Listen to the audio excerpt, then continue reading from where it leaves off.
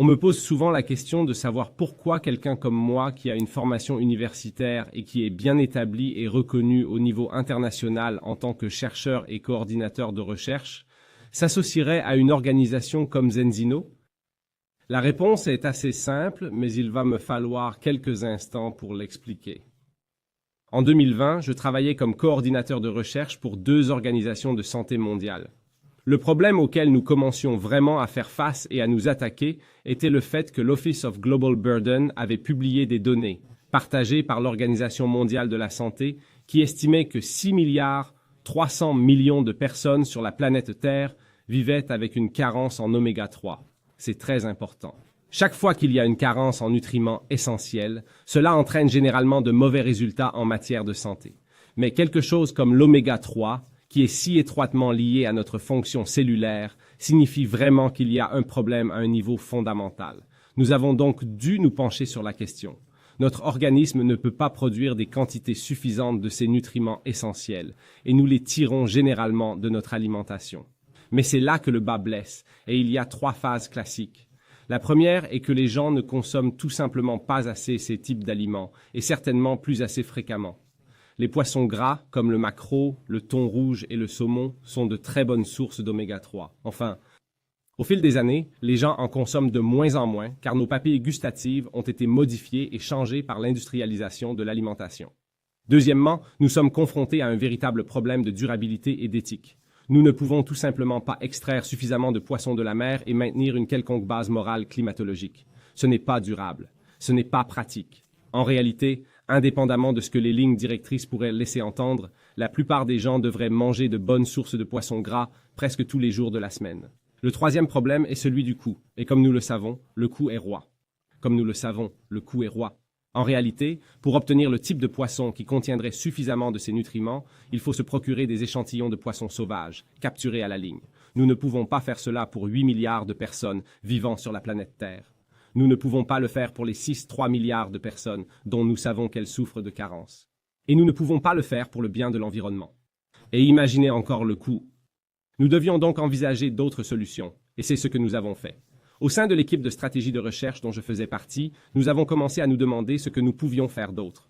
Nous avons envisagé la supplémentation, mais la réalité est que les preuves de la recherche sur la supplémentation étaient assez accablantes. Nous savions qu'il existait une étude systématique publiée en 2018 qui quantifiait le domaine.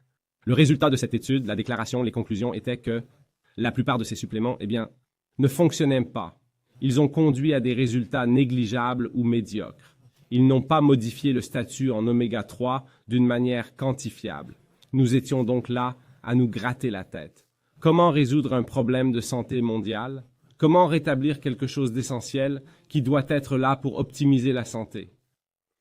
Et puis, curieusement, au fur et à mesure que ces choses se produisent, un bon ami à moi m'a appelé à l'improviste et m'a demandé si j'avais déjà entendu parler de cette société scandinave appelée Zinzino.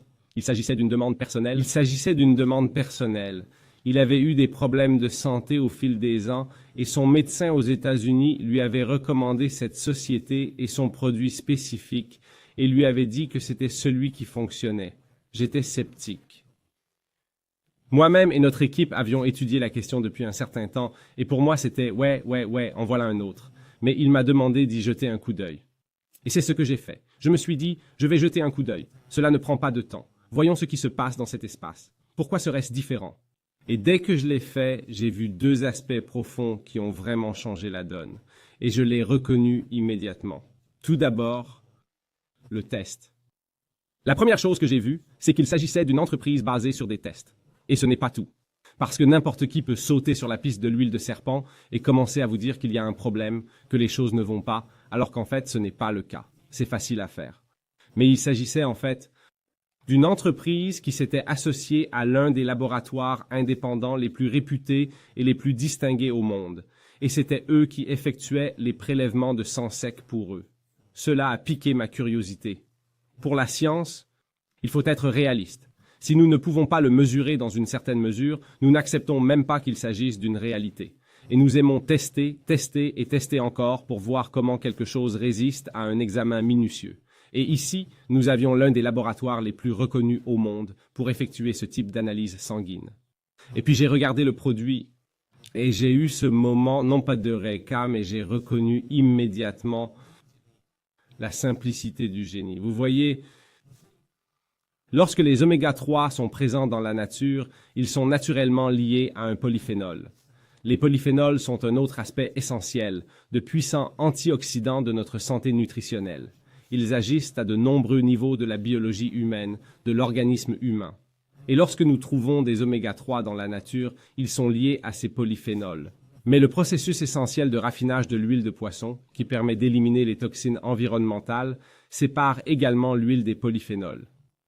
Dès que j'ai chargé l'information, j'ai regardé la page et j'ai vu la simplicité et le génie de ce qu'est l'huile de poisson. La simplicité et le génie de ce que Zinzino avait fait, ils avaient réaligné la nature. Ils avaient remis l'oméga-3 avec le polyphénol. Et c'est ainsi que cela s'est passé. J'ai immédiatement réalisé qu'il s'agissait de quelque chose de résolument différent. Dans le sport, on dit souvent que lorsque l'adversaire fait un zig, il faut faire un zag. Cela signifie qu'il faut toujours prendre la direction opposée. Si vous voulez avoir un impact sur le jeu, sur le sport, sur le résultat, si l'adversaire fait zig, vous devez faire zag. Et vraiment, toute l'industrie du poisson, toute l'industrie des suppléments est allée dans le sens inverse. Tout le monde s'est engagé dans la même voie. Tout le monde essayait d'augmenter les quantités totales dans le but d'accroître les quantités d'oméga-3 en circulation. Mais cela n'a pas fonctionné. Cela ne fonctionnait pas. Nous savons pourquoi cela ne fonctionne pas. Et pour les personnes qui s'y essaient, cela se traduit généralement par des problèmes gastriques, de l'inconfort, des plaintes, et elles se désengagent avec peu ou pas de résultats significatifs en ce qui concerne leur santé. Zinzino avait fait zag, ils ont joué dans l'espace ouvert, ils ont vu l'opportunité de faire les choses différemment, mais surtout, ils ont compris quelle différence il fallait faire, et en appliquant ce simple génie de lier à nouveau l'oméga-3 au polyphénol, vous disposiez maintenant d'un supplément entièrement fonctionnel qui pouvait apporter un changement, une modification et une amélioration à votre statut en oméga-3, à votre statut d'oméga-3. À partir de ce moment-là, j'ai été séduite parce que notre rôle en tant que science est de permettre à nos sociétés de mieux vivre, d'être en meilleure santé. Il nous incombe de partager nos connaissances et nos informations, les résultats de nos recherches, afin que les gens puissent vivre mieux.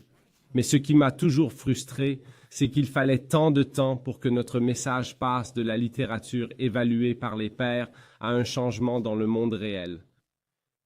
Et ici, j'ai vu une organisation qui s'impliquait directement dans la facilitation de ce changement.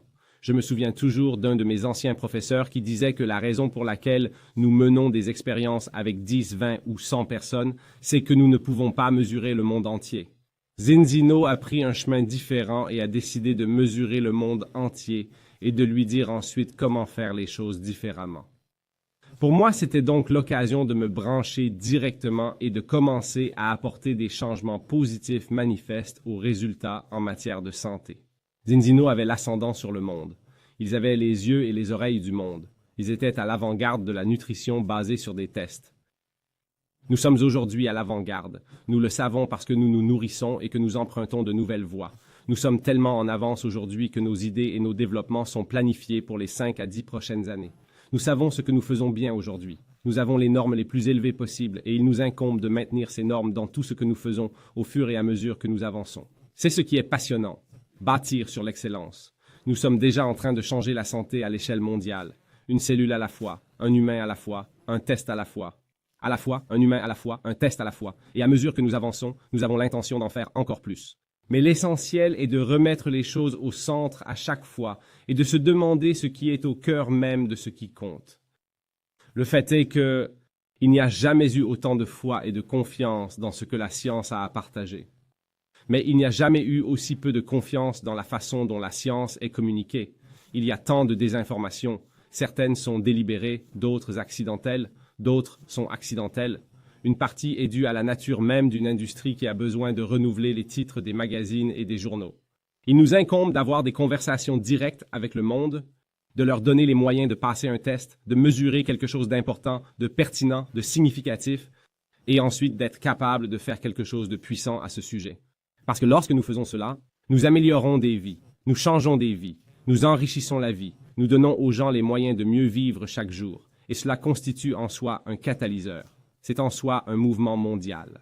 Ainsi, chez Dendino, lorsque nous regardons vers l'avant, nous voyons un avenir dans lequel nous pouvons mesurer plus de choses de manière significative, les mesurer mieux, afin de vous permettre à tous non seulement de vivre mieux et de faire mieux, mais aussi de partager un meilleur message, de vivre d'une meilleure manière, d'avoir plus, de faire plus, d'être plus, de transmettre ce message à vos communautés et d'apporter un changement manifeste à l'échelle mondiale.